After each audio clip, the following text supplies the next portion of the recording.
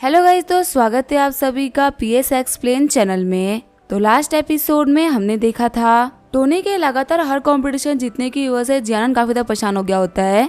तभी जियानन के पास में कोई आते हुए बोल रहा होता है ये तुम्हारे पास में आखिरी मौका है, अगर तुम ये मैच नहीं जीत पाए ना तो तुम्हें नेशनल में जाने का मौका नहीं मिल पाएगा। मैं यहाँ पे तुम्हारी हेल्प करो इस कंपटीशन को जीतने में। इस चीज का यूज करते हुए तुम काफी इजीली टोनी स्टार्क को हरा सकते हो। इंजेक्शन लेने के बाद में जियानन 1500 मीटर रेस के लिए आ गया होता है। जियानन बोल रहा होता है टोनी तुम नहीं जीतने वाले, तुम आज पक्का से मेरे हाथों से हारोगे। लेकिन रेस के स्टार्ट होते ही टोनी लीड ले लेता है। जियानन सोच रहा होता है मैं अपनी पूरी स्ट्रेंथ का यूज करूँ, लेकिन फिर भी मैं इससे आगे नहीं निकल पा रहा। चाहे कुछ भी क्यों ना हो जाए, लेकिन मुझे इसको इस बार हराना है। फिर जो जियानन होता है वो टोनी से आगे निकल गया होता है। जियानन सोच रहा होता है टोनी स्टार्क अब तुम्हारी स्पीड कहाँ गई। वही टोनी सोच रहा होता है आखिर इस बंदे में क्या दिक्कत है। थोड़ा सा आगे निकलने के बाद ये पीछे मुड़े क्यों देखता है। लगता है मुझे इसको क्रॉस करके इससे आगे निकलना ही पड़ेगा। जियानन सोच रहा होता है भले ही मैं कितना ही ट्राई क्यों ना कर लूं, लेकिन मैं अपनी स्पीड को मेंटेन नहीं कर पाऊंगा। इस कमीने की स्पीड तो सच में काफी ज्यादा है। लगता है मुझे बेहद ही बुरा तरीके का यूज करना पड़ेगा इसको हराने के लिए। ये बोलते हुए जियानन टोनी के ट्रैक में अपना पाँव लगा देता है। जियानन बोल रहा होता है यहाँ पे गिरने के बाद में तुम्हारी खासी ही बेइज्जती हो जाएगी। लेकिन तभी टोनी जियानन के पाँव के ऊपर पाँव रखते हुए आगे निकल जाता है। जियानन सोच रहा होता है आखिर ये कमीना गिरा क्यों नहीं, आखिर इतनी स्पीड में होने के बावजूद भी इसका खुद की बॉडी के ऊपर कंट्रोल कैसे है। वही टोनी सोच रहा होता है क्या मैंने अभी दौड़ते हुए किसी चीज के ऊपर पाँव रख दिया। वैसे जो ये ट्रैक है तो बहुत ही साफ है, पक्का मुझे कोई गलतफहमी हुई होगी। जियानन बोल रहा होता है आखिर ये क्या हो रहा है, मैं तो दिमाग ही खराब हो रहा है। फिर जब वो नीचे देता है तो उसका पाँव टूट गया होता है। अपने पाँव को पकड़ते हुए जियानन बोल रहा होता है टोनी स्टार्क तुम एक बहुत ही बड़े कमीने हो, मैं प्रे करूंगा कि तुम्हें कभी भी अच्छी लाइफ ना मिले। वही अनाउंसर बोल रहा होता है हमें हमारे डेक्लाथॉन का चैंपियन मिल चुका है, जो कि 10 के 10 इवेंट के अंदर एक बार भी नहीं हारा। ये है हमारे लेजेंडरी टोनी स्टार्क। टोनी सोच रहा होता है इतने मेडल तो मैं संभाल भी नहीं पा रहा हूँ जितना कि इन लोगों ने मेरे को दे दिया है। वो सुवांग सोच रही होती है सच में टोनी तुम तो कमाल के हो, मुझे काफी जगह लगा कि तुम हार जाओगे लेकिन तुम तो नहीं हारे। ई हान भी बोल रही होती है सच में ये बंदा अपने रेपुटेशन के काबिल है, मुझे कभी नहीं लगा था कि इतने यंग बिलियनर के पास में इतनी कमाल की फिजिकल एबिलिटी होगी। हम देखते हैं वुशुआंग की अफेक्शन 1 पॉइंट से बढ़ गई होती है और उसकी टोटल अफेक्शन होती है 93 पॉइंट्स। वहीं ई हान की अफेक्शन 5 पॉइंट से बढ़ गई होती है, उसकी टोटल अफेक्शन होती है 30 पॉइंट्स। जूली की भी अफेक्शन 1 पॉइंट से बढ़ गई होती है और उसकी अफेक्शन होती है 98 पॉइंट्स। जूली की अफेक्शन बढ़ने की वजह से टोनी को 10 स्ट्रेंथनिंग पॉइंट मिलते हैं। मैंग मैंग भी ऑनलाइन टोनी का मैच देख रही होती है और टोनी के जीतने की वजह से मैंग मैंग का भी अफेक्शन 1 पॉइंट से बढ़ गया होता है और उसका टोटल अफेक्शन होता है 98 पॉइंट्स। मैंग मैंग का अफेक्शन बढ़ने की वजह से भी टोनी को 10 स्ट्रेंथनिंग पॉइंट मिलते हैं। वही यूमो भी ये मैच ऑनलाइन देख रही होती है और उसका भी अफेक्शन 1 पॉइंट से बढ़ गया होता है, उसका अफेक्शन होता है 94 पॉइंट्स। टोनी के पास में आते हुए जूली बोल रही होती है टोनी तो सच में काफी तक कमाल के थे, 10 के 10 इवेंट्स के अंदर तुम एक बार भी नहीं हारे। हमारी हुडा यूनिवर्सिटी के लिए तुमने एक रिकॉर्ड कायम कर दिया है। तुम्हें पता है तुम्हें जीतता हुआ देखे तो हमारे प्रिंसिपल खुशी के मारे रोने लग गए थे और जो पूरे हुडा यूनिवर्सिटी के बच्चे वो काफी प्राउड फील कर रहे हैं। तुम एक स्टार तो थे ही, लेकिन अब तुम सभी के लिए एक आइडल बन चुके हो। वही साइड में जियानन बोल रहा होता है टोनी तुम एक बहुत ही बड़े कमीने हो, मैं प्रे करूंगा कि तुम्हें बहुत ही घटिया डेथ मिले। जियानन को देखते हुए जूली बोल रही होती है इसका नाम तो लू जियानन है ना, ये क्लेम करता था कि आपका सबसे बड़ा राइवल है, लेकिन आगे इसके साथ में क्या हुआ। 1500 मीटर रेस से पहले तो बिल्कुल ठीक था, अभी ये स्ट्रेचर पे कैसे आ गया है। टोनी बोल रहा होता है मुझे आइडिया नहीं है, हो सकता है शायद से कहीं गिर गया हो। वह तुम्हें पता है जूली जो कॉम्पिटिटिव स्पोर्ट्स होते हैं वो काफी ज्यादा खतरनाक होते हैं, इसके अंदर आपको अपनी बॉडी का बहुत ही ख्याल रखना पड़ता है वरना लोग आपको क्रश करके चले जाएंगे। जैसे ही टोनी ग्राउंड से बाहर आता है उसको वहाँ पे बहुत सारे रिपोर्टर्स ने घेर लिया होता है। रिपोर्टर्स बोल रहे होते हैं मिस्टर स्टार्क आपकी फिजिकल कैपेबिलिटी तो बहुत ही कमाल की है, किसी भी स्पोर्ट इवेंट्स में मैन डेक्लाथॉन काफी ज्यादा हार्ड होता है और आपने तो यहाँ पर डेक्लाथॉन के अंदर रिकॉर्ड पर रिकॉर्ड कायम किए हैं। क्या अगले ओलंपिक के अंदर आप हमारी कंट्री को रिप्रेजेंट करना चाहेंगे। और मिस्टर स्टार्क हमें बताइए कि आपकी सीक्रेट ट्रेनिंग का राज क्या है, अगर आप हमारी नेशनल टीम को अपना राज बताएंगे तो शायद वो बहुत अच्छा कर सकते हैं। जूली बोल रही होती है आप सभी लोग रास्ता खाली करिए, क्या आप देख नहीं सकते कि मिस्टर स्टार्क इधर टफ कंपटीशन के अंदर जीत के आए हैं, ये काफी थक गए होंगे, इनको थोड़ी देर रेस्ट तो करने दीजिए। एक बार ये रेस्ट कर ले उसके बाद में आपको प्रॉपर इंटरव्यू दे देंगे। हमारे हुडा यूनिवर्सिटी कैंपस के अंदर आप लोगों के बैठने का इंतजाम कराया हुआ है, आप वहाँ पे जाके बैठ सकते हैं। रिपोर्टर्स बोल रहे होते हैं नहीं हमें सिर्फ एक ही क्वेश्चन पूछना है और पूछने के बाद में हम यहाँ चले जाएंगे। रिपोर्टर्स को देखते हुए लू वेंजे बोल रहा होता है सच में टोनी तो कमाल का है, उसने यहाँ पे मैच डेक्लाथॉन भी जीत लिया, कॉलेज के स्टार्टिंग के साथ ही वो मेरे साथ में था और मुझे कभी फील ही नहीं हुआ कि वो इतने कमाल का है। सच में एक लड़की किसी भी मैन को बर्बाद कर सकती है। टोनी नोरा के पीछे पूरी तरीके से बर्बाद हो गया था। लेकिन उसको छोड़ने के बाद से इसने काफी सक्सेस हासिल कर ली। सच में अपने दोस्त के लिए काफी खुश हूँ। तभी वेंजे की गर्लफ्रेंड जियाजू से धक्का देते हुए बोल रही होती है, वेंजे तो एक नंबर के बेवकूफ हो, तुम टोनी के बचपन से काफी अच्छे दोस्त रह चुके हो और क्या तुम देख नहीं सकते कि तुम्हारे सामने तुम्हारा दोस्त कितना सक्सेसफुल हो चुका है। अगर मेरा दोस्त इतना कामयाब होता ना तो मैं पक्का से उसकी हेल्प मांगती अपने करियर में आगे बढ़ने के लिए। टोनी के पास तो इतना पैसा है कि वो तुम्हारे किसी भी बिजनेस के अंदर इन्वेस्ट कर सकता है, तो आखिर तुम नॉर्मल सी लाइफ क्यों ही जी रहे हो। जाओ जाके टोनी को बोलो कि वो तुम्हारी हेल्प करे। आखिर तुम कब तक गरीबों वाली लाइफ जियोगे और साथ में मुझे भी गरीबों वाली लाइफ जियाओगे। लू वेंजे बोल रहा होता है, नहीं ऐसे टोनी से हेल्प मांगना बिल्कुल भी सही नहीं रहेगा। टोनी मेरे लिए बिल्कुल मेरे भाई की तरह है और मैं कभी नहीं चाहूंगा कि पैसे या बाकी किसी मटेरियलिस्टिक चीजों का यूज करते हुए अपने दोस्तों को खराब कर लूं। मेरे लिए पैसा इंपॉर्टेंट नहीं है, मेरे लिए मेरे भाई साथ दोस्त इंपॉर्टेंट है। और वैसे भी अभी तो हम सभी लोग कॉलेज के अंदर है ना, कॉलेज से निकलने के बाद में करियर की टेंशन होती है। मैं तो यह प्रॉमिस करता हूँ कॉलेज से निकलने के 1 साल के अंदर मैं काफी अच्छा कुछ कर लूंगा और अगर मैं कुछ नहीं कर पाया तो फिर मैं टोनी से जॉब मांग लूंगा। जियायू सोच रही होती है, मैं सोचा कि ये टोनी का काफी अच्छा दोस्त है तो फ्यूचर में भी काफी ज्यादा कामयाब हो जाएगा। मुझे पता है कि मैं इसका यूज करते हुए टोनी के पास नहीं जा सकती क्योंकि टोनी के पास में बहुत ही टॉप क्लास की लड़कियां है। इसी वजह से मैंने सारी होप इसी के ऊपर लगा रखी थी। लेकिन ये तो बोल रहा है कि ये कॉलेज खत्म होने के 1 साल बाद तक भी ये खुद ही ट्राई करेगा और अगर फिर भी ये कुछ भी नहीं कर पाएगा तो ये जॉब मांगेगा। सच में इस होपलेस बंदे के साथ में रहने का कोई मतलब नहीं है, मुझे इसको टाइम रहते ही छोड़ देना चाहिए। फिर चिल्लाते हुए जियायू बोल रही होती है, लू वेंजे तुम्हारी इन लूजर वाली बातों को सुन सुन के मेरा दिमाग खराब हो चुका है। मुझे नहीं लगता कि तुम लाइफ में कभी भी कुछ कर पाओगे और मैंने तुम्हारे पीछे काफी सारा टाइम वेस्ट कर दिया है। इसी वजह से आज मैं तुम्हारे साथ में ब्रेकअप कर रही हूँ। शॉक्ड होते हुए लू वेंजे बोल रहा होता है, क्या तुम ब्रेकअप कर रही हो? जियायू देखो प्लीज ऐसा मत करो, मैं तुमसे माफी मांगता हूँ। मुझे ये तो नहीं पता कि तुम किस गलती की वजह से मेरे ऊपर इतना गुस्सा कर रही हो, लेकिन मैं पक्का से ट्राई करूंगा कि मैं वो गलती फिर से ना करूँ। मैंने ऑलरेडी तुम्हारे लिए खुद को काफी ज्यादा चेंज किया है और मैं पक्का से बोल रहा हूँ कि मैं और भी चेंज हो जाऊंगा, पर तुम प्लीज मेरे साथ में ब्रेकअप मत करो। जियायू बोल रही होती है, मुझे तुम्हारी इन फालतू बातों में कोई भी इंटरेस्ट नहीं है और अगर मैं सच बोलूं तो तुम्हें कैसे इंसान जिसको मैंने कभी पसंद किया ही नहीं। मैंने तुम्हें टोनी स्टार्क की वजह से मौका दिया था क्योंकि मुझे लगा कि अगर तुम उसके दोस्त हो तो तुम भी वैसे ही होगे। एक तुम्हारे दोस्त को देखो कि वो कितना एम्बिशियस है और वो लाइफ में आगे निकलने के लिए क्या कर रहा है, और वही तुम हो जिनके बहाने खत्म ही नहीं हो रहे।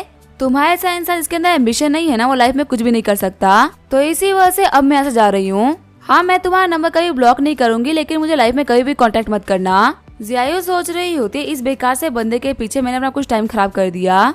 चलो कोई बात नहीं, मैंने वक्त रहते इसको छोड़ दिया और मैं किसी अमीर बंदे को फंसाऊंगी। वही हम देते जब टोनी इंटरव्यू दे रहा होता तभी वो काफी ज्यादा शॉर्ट हो जाता है। टोनी सोच रहा होता है, मुझे अब भीड़ के अंदर वो सारी लड़कियां दिख रही है जिनको मैं जानता हूँ। आखिर ये सभी के सभी यहाँ पे क्या कर रही है?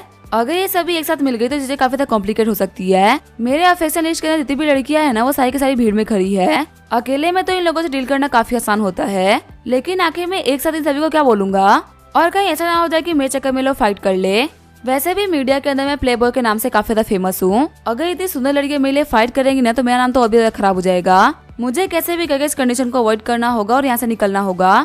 लेकिन आखिर मैं निकलूं कैसे? यहाँ पे ऐसा कौन होगा जो कि मेरी हेल्प करेगा? तभी टोनी भीड़ में देखता है लू वेंजे को। टोनी सोच रहा होता है, क्या वेंजे भी यहाँ पे है? लगता है कि आज मेरे भाई ने मेरे को बचा लिया। वेंजे वैसे मुझे माफ करना, लेकिन मैं तुम्हें अभी यूज करने वाला हूँ। फिर टोनी भीड़ में से निकलते हुए वेंजे के पास में जाने लगता है। टोनी बोल रहा होता है, वेंजे मेरे भाई आखिर तुम कैसे हो? क्या तुम यहाँ पे मेरा मैच देखने के लिए आए थे? जाओकी बोल रही होती है, टोनी आखिर तुम क्या कर रहे हो, तुम कहाँ जा रहे हो? टोनी बोल रहा होता है, तुम तो इनको जानते ही होगे ना, ये है मेरा दोस्त वेंजे। देखो इसका मुंह कितना उतरा हुआ है, पक्का से मेरा भाई बहुत ही परेशान है। अपने दोस्त को अगर इतनी बुरी कंडीशन में छोड़कर मैं चला गया तो आखिर मैं कैसा दोस्त होऊंगा? मैं जा रहा हूँ अपने दोस्त का मूड चिल करने के लिए, उसके साथ बैठकर ड्रिंक करने के लिए। ये बोलते हुए टोनी वेंजे को उठाते वहाँ से भाग जाता है। वहाँ पे सारी लड़कियाँ सोच रही होती है, हमें बिलीव नहीं हो रहा कि इतनी प्यारी प्यारी लड़कियों के बीच में टोनी ने एक लड़के को चूज करा। सच में टोनी कभी कभी काफी अजीब हो जाता है। सीन चेंज होता है, स्टार्क मेंशन का सीन दिखाया जाता है जहाँ पे टोनी ने अपने सारे दोस्तों को बुला रखा होता है। रोते हुए वेंजे बोल रहा होता है, भाई तुम लोगों को पता है मेरे दिल में दर्द हुआ है। जियायू ने मुझे छोड़ा तो छोड़ा, लेकिन उसने मुझे छोड़ते वक्त यूजलेस ही बोला है और मेरे को बिल्कुल ही समझ में नहीं आ रहा कि मैंने ऐसा क्या किया जिसकी वजह से उसने मेरे को छोड़ दिया। मैं भले ही आज कुछ भी बोल रहा हूँ, लेकिन मैं जियायू के बिना तो नहीं जी सकता। मेरे को जियायू चाहिए ही चाहिए। आखिर मैं उसको वापस कैसे हासिल करूँ? जाओटियान बोल रहा होता है, वेंजे कभी भी रियल मैन रोते नहीं है, प्लीज चुप हो जाओ। रही बात उस लड़की की ना, तो तुम्हें एक लड़की छोड़ के गई, तुम उसके पीछे कभी नहीं जाओगे, क्योंकि आज वो लड़की तुम्हारी कंडीशन के ऊपर हंस के गई है और कुछ भी नहीं। ऐसे लड़कियों को भाव देना हमारी सबसे बड़ी गलती होती है। वो लड़की काबिल नहीं थी कि वो तुम्हारे साथ में रह सके। भाव बोल रहा होता है, हाँ ब्रदर वेंजे, जाओटियान बिल्कुल सही बोल रहा है। यहाँ पे तुम आराम से बैठ के खाना खाओ और ड्रिंक करो और उस लड़की को भूल जाओ। एक लड़की के पीछे रोना बिल्कुल भी सही नहीं लगता। टोनी बोल रहा होता है, वैसे तुम्हें तो मेरी कंडीशन देखी थी ना कि आखिर नोरा ने मेरी क्या कंडीशन कर दी थी। मुझे दिख रहा है कि तुम भी उसी रास्ते पे जा रहे हो। तुम्हें एक लड़की के सामने गिराने की कोई भी जरूरत नहीं है। मैंने एक काम करके देखा था और मेरी कोई वैल्यू नहीं थी। एक मैन को हमेशा अपने कैरेक्टर पर टिके रहना चाहिए और उसे कभी भी किसी के सामने गिराना नहीं चाहिए। वो तुम्हें बोल के गई है ना कि तुम्हारे पास में कोई भी करियर नहीं है, तो अब मैं तुम्हें बोल रहा हूँ कि तुम पैसे के पीछे भागो, ना कि लड़कियों के पीछे। अगर तुम पैसे के पीछे भागोगे तो लड़कियां तुम्हारे पीछे भागेगी। टोनी सोच रहा होता है मैं पैसा कमाने के पीछे इतना पागल हो गया था कि मैं अपने सारे के साथ दोस्तों के बारे में भूल ही गया था। भले ही मेरे पास है फिलहाल कितने ही लोग क्यों ना हो, लेकिन अभी जो मेरे पास में कॉलेज के मेरे 5-6 दोस्त है वही मेरे रियल दोस्त है और मैं कभी भी इन लोगों को लाइफ में पीछे नहीं छोड़ सकता। जियायू जैसी काफी सारी ऐसी लड़कियां जो कि इन लोगों के पीछे मेरी वजह से पड़ रखी है। मुझे पता था कि वो कमी जियायू पैसे के पीछे थी, ना कि वेंजे के पीछे, लेकिन फिर भी मैंने वेंजे को बचाया नहीं। मुझे अपने दोस्त के लिए कुछ तो करना होगा ताकि ये फ्यूचर में कभी वैसे लड़कियों के हाथों ना फंसे। टोनी बोल रहा होता है, वैसे यहाँ पे सभी लोग मेरे काफी अच्छे दोस्त है, तो मैं आप सभी के साथ में अपना बहुत ही कमाल का प्लान शेयर करने वाला हूँ जिससे हम लोग बहुत सारा पैसा कमा सकते हैं। मैं इस प्लान के बारे में बहुत टाइम से सोच रहा हूँ और ये एक बहुत ही कमाल का प्लान है। जाओटियान बोल रहा होता है, क्या बोल रहे हो कि हम आपके प्लान के साथ में पैसा कमा सकते हैं? लगता है ब्रदर स्टार्क आप यहाँ पे कोई नई कंपनी स्टार्ट करने वाले हो। वाह बोल रहा होता है, मैं तो यहाँ पे कोई भी क्वेश्चन नहीं करने वाला। ब्रदर टोनी आप जो भी काम करने वाले हो मैं आपके साथ में हूँ। इन्वेस्टमेंट की बात हो या फिर किसी भी चीज की, मैं तो अपनी पूरी की पूरी फैमिली की प्रॉपर्टी उसके अंदर इन्वेस्ट कर सकता हूँ। गोल्ड चैन वाला बंदा बोल रहा होता है, हाँ ब्रदर टोनी आप बोले तो सही कि हम लोगों को क्या करना है। हम आपके लिए कुछ भी कर सकते हैं। आपने प्लान के बारे में आगे कुछ भी नहीं बताया, मैं तो सस्पेंस के मारे जाने निकल रही है। पिंक टी शर्ट वाला बंदा बोल रहा होता है, हाँ ब्रदर टोनी आपके साथ में काम करना हमारे लिए काफी ज्यादा ऑनर की बात है। टोनी बोल रहा होता है, ठीक है फिर मैं यहाँ पे अपना प्लान सभी लोगों को बता रहा हूँ। तुम मेरे हाथों में टेस्ट ट्यूब देख रहे हो ना, इसके अंदर एक फॉर्मूला है जिसका यूज करते हुए हम लोग फ्यूचर में बहुत सारा पैसा कमाएंगे। जाओटियान बोल रहा होता है कि इस ट्यूब के अंदर है क्या चीज, देखने में तो ये किसी मेडिसिन की तरह लग रहा है। टोनी बोल रहा होता है, हाँ जाओटियान तूने बिल्कुल सही गैस करा है, मैंने कोरोना वायरस के लिए एक एंटीडोट बनाया है। शॉक्ड होते हुए बाव बोल रहा होता है, क्या सच में आपने कोरोना वायरस का एंटीडोट बनाया है? ब्रदर आपको पता नहीं ग्लोबली कोरोना वायरस की वजह से कितना इफेक्ट पड़ा है। पूरा वर्ल्ड आज कोरोना वायरस की वजह से खौफ में है। सच में अगर ये एंटीडोट काम करता है तो हमारे लिए बहुत ही बड़ी सक्सेस है। 2019 के नवंबर में पहला कोरोना वायरस का केस मिला था और उसके बाद से ये वायरस पूरी दुनिया में फैल गया। आज के टाइम पे सारे कंट्री के लोगों के फेस के ऊपर मास्क लग चुका है, वो भी सिर्फ और सिर्फ इस वायरस की वजह से। किसी को भी नहीं पता कि आखिर इस वायरस का इलाज क्या है, क्योंकि इसके जो फैलने की रेट है वो बहुत ही ज्यादा है। वर्ल्ड हेल्थ ऑर्गेनाइजेशन ने बोला है कि सभी लोगों को घर में रहना चाहिए, क्योंकि इस वायरस से इलाज पाना बहुत ही मुश्किल है। वैसे मैं तो इस चीज को लेके काफी ज्यादा क्यूरियस हूँ, आखिर आपने इस चीज का एंटीडोट बनाया कैसे? क्योंकि किसी भी चीज का एंटीडोट बनाने से पहले हमें पता होना चाहिए कि आखिर वो चीज क्रिएट कैसे हुई है। न्यूज में तो बताया था कि बैट का सूप पीने की वजह से हमारे अंदर ये वायरस आ रहा है। वही कुछ लोग बोल रहे थे कि ये तो लैब में बनाया हुआ बायोलॉजिकल वेपन है। तो आप मुझे बताएं कि आखिर रियलिटी में ओरिजिनेट हुआ कैसे? टोनी बोल रहा होता है, हाँ तुम बिल्कुल सही बोल रहे हो, किसी भी बीमारी का इलाज करने से पहले हमें पता होना चाहिए कि वो बीमारी ओरिजिनेट कैसे हुई है। मैं भी काफी ज्यादा क्यूरियस था, इसी वजह से मैंने वर्ल्ड के सबसे बेस्ट साइंटिस्ट को हायर किया और फिर मुझे पता चला कि चमगादड़ का सूप पीने की वजह से ये बीमारी ओरिजिनेट हुई है। साइंटिस्ट ने बताया कि उस चमगादड़ की आत्मा को शांति नहीं मिली थी, इसी वजह से सभी में कोरोना वायरस फैल गया और इसका एंटीडोट इसी वजह से बन गया क्योंकि हम लोगों ने पहले हवन कराया, फिर ताली बजाई, फिर थाली बजाई। तुम्हें नहीं पता कि इस मेडिसिन को बनाने के लिए हम लोगों ने कितनी मेहनत करी है। अगर कोई बंदा इस कैप्सूल को दिन में 3 बार ले लेता है ना, तब वो पूरी तरीके से ठीक हो जाएगा। तुम लोग सोच सकते हो कि ऐसा हुआ है जिसका किसी के पास में भी इलाज नहीं है, उसका एंटीडोट हमारे पास में है। और कमाल की बात तो ये है कि जो एशियन कंट्री के लोग हैं उन लोगों की इम्यूनिटी काफी ज्यादा कमाल की है, तो इसी वजह से उनके ऊपर इतना खतरा नहीं हो रहा। लेकिन जो यूरोपियन कंट्री के लोग होते हैं उन लोगों की इम्यूनिटी बहुत ही वीक होती है। उन लोगों को ये मेडिसिन बेच के हम लोग बहुत सारा पैसा कमा सकते हैं। ऐसी अपॉर्चुनिटी में बोल सकता हूँ कि 1000 साल में सिर्फ और सिर्फ एक ही बार आती है। गोल्ड चैन वाला बंदा बोल रहा होता है, लेकिन मिस्टर स्टार्क तो रियल एस्टेट के बिजनेस में काम कर रहे थे ना, अचानक से आप फार्मा के अंदर कैसे आ गए? और आखिर आपने ऐसी टीम कैसे बना ली जिसने ये कोरोना वायरस का एंटीडोट बना लिया? यहाँ मुझे एक चीज समझ में नहीं आ रही, आखिर हवन कराने से एंटीडोट कैसे बन सकता है?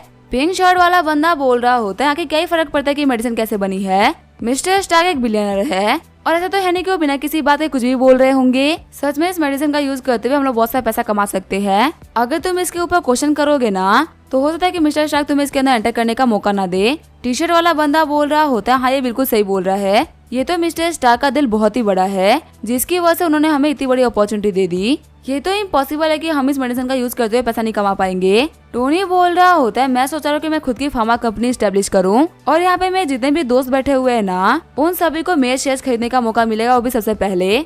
50% प्रॉफिट मेरे होंगे और 50% प्रॉफिट तुम सभी में बटेंगे। अब जो भी लोग मेरे इस प्लान में शामिल होना चाहते हो सभी लोग अपना नाम बताओ। इसी के साथ में ये एपिसोड यहीं पे एंड करेंगे। वीडियो देखने के लिए थैंक यू।